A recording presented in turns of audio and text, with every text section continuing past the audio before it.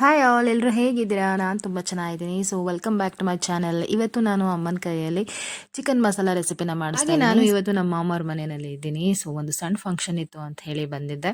ಬನ್ನಿ ರೆಸಿಪಿನ ಸ್ಟಾರ್ಟ್ ಮಾಡೋಣ. ಸೊ ಒಂದು ಪ್ಯಾನಿಗೆ ಚಕ್ಕೆ, ಲವಂಗ, ಏಲಕ್ಕಿ, ಗೋಡಂಬಿ, ಜೀರಿಗೆ, ಮೆಣಸು, ಪಲಾವ್ ಎಲೆ, ಹಾಗೆ ಜಾಕಾಯಿ, ಹಾಗೆ ಸ್ಟಾರ್ ಹೂ ಬರುತ್ತೆ ನೋಡಿ, ಅದು ಕೂಡ ನಮ್ಮಮ್ಮ ಆ್ಯಡ್ ಮಾಡ್ತಾರೆ. ಜೊತೆಗೆ ಓಂ ಕಾಳು, ಗಸಗಸೆ ಮತ್ತು ಸೋಂಪು ಇದಿಷ್ಟು ಕೂಡ ಚೆನ್ನಾಗಿ ಫ್ರೈ ಮಾಡಿಕೊಂಡು ನೆಕ್ಸ್ಟ್ ಅದನ್ನು ನೀಟಾಗಿ ಪೌಡ್ರ್ ಮಾಡಿ ಇಟ್ಕೋಬೇಕಾಗತ್ತೆ. ಸೊ ಇದು ಬಂದು ಮಸಾಲ ಪೌಡರ್ ಆಗಿರುತ್ತೆ. ಸೊ ಇದೇ ಮೇನ್ ಇಂಗ್ರೀಡಿಯೆಂಟ್ ಆ್ಯಕ್ಚುಲಿ ಈ ಚಿಕನ್ ಮಸಾಲ ರೆಸಿಪಿಗೆ. ಸೊ ತುಂಬಾ ಟೇಸ್ಟಿಯಾಗಿರುತ್ತೆ. ಸೊ ಒಂದ್ಸತಿ ಟ್ರೈ ಮಾಡಿ ನೋಡಿ, ನಿಮಗೆ ಗೊತ್ತಾಗುತ್ತೆ. ಸೊ ಮತ್ತೆ ಮಾಡಬೇಕು ಅಂತ ಅನಿಸುತ್ತೆ. ಹಾಗೆ ಕೂಡ ಸಿಂಪಲ್ ಆಗಿ ಕೂಡ ಇದೆ.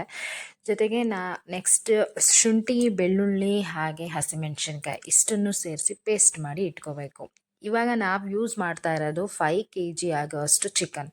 ಸೊ 5 kg ಆಗೋಷ್ಟು ಚಿಕನಿಗೆ ನಾವು ಇಲ್ಲಿ ಅಡುಗೆ ಮಾಡ್ತಾ ಇದ್ದೀವಿ. ಸೊ ಈರುಳ್ಳಿನ ಒಂದು 8ರಿಂದ 10 ಈರುಳ್ಳಿನ ತೊಗೊಂಡಿದ್ದಾರೆ.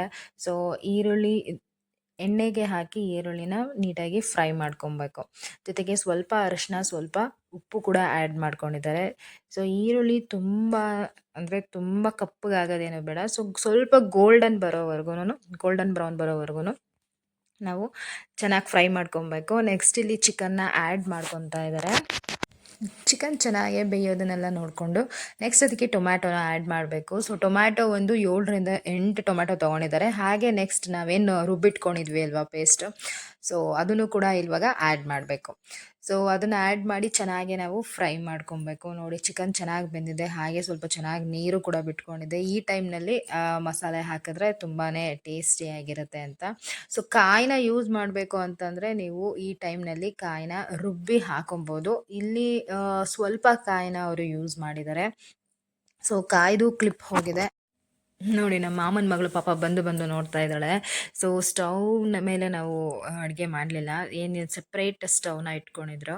ಸೊ ಸೆಪ್ರೇಟ್ ಸ್ಟವ್ ಇಟ್ಟು ಕೆಳಗಡೆ ಇಟ್ಟು ಅಡುಗೆ ಮಾಡ್ತಾಯಿದ್ರು. ಸೊ ಹಾಗಾಗಿ ಎಲ್ಲರೂ ಓಡಾಡ್ತಾಯಿದ್ರು. ಸೊ ಇದು ಬಂದು ನನ್ನ ಬ್ರದರ್ ಮತ್ತು ನಮ್ಮ ಮಾಮನ ಮಗ ಇಬ್ಬರು ಇದ್ದಾರೆ.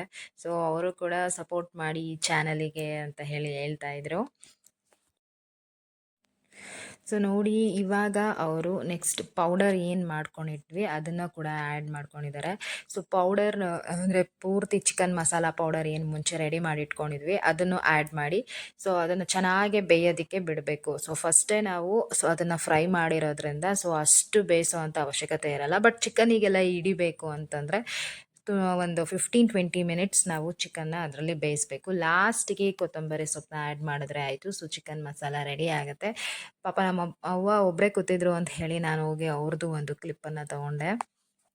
ನೋಡಿ ನನ್ನ ಮಗ ಕೂಡ ಬಂದಿದ್ದಾನೆ. ಸೊ ನಾನು ಬರ್ತೀನಿ ಅವ್ವ ಜೊತೆಲಿ ಅಂತ ಹೇಳಿ.